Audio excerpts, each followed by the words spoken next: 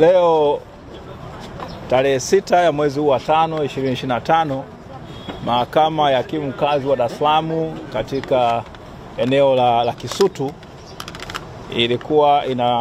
chini ya hakimu mfawidhi Muhini ilikuwa inatoa uamuzi wake kuhusiana na hoja ambazo zilikuwa zimeletwa na upande wa utetezi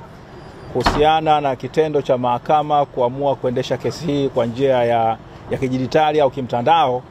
na kusababisha mteja wetu Tundu Antipas Lissu kutokuletwa mahakamani kutoka kule gerezani Ukonga ambako yuko hivi sasa. Sasa ilikuwa ni hoja za utetezi kwamba haki ya msingi ya mteja wetu ya kusikilizwa inakuwa imekiukwa, kwani katika hatua ambayo kesi hii imefikia ambako ni tayari ni katika kuchukua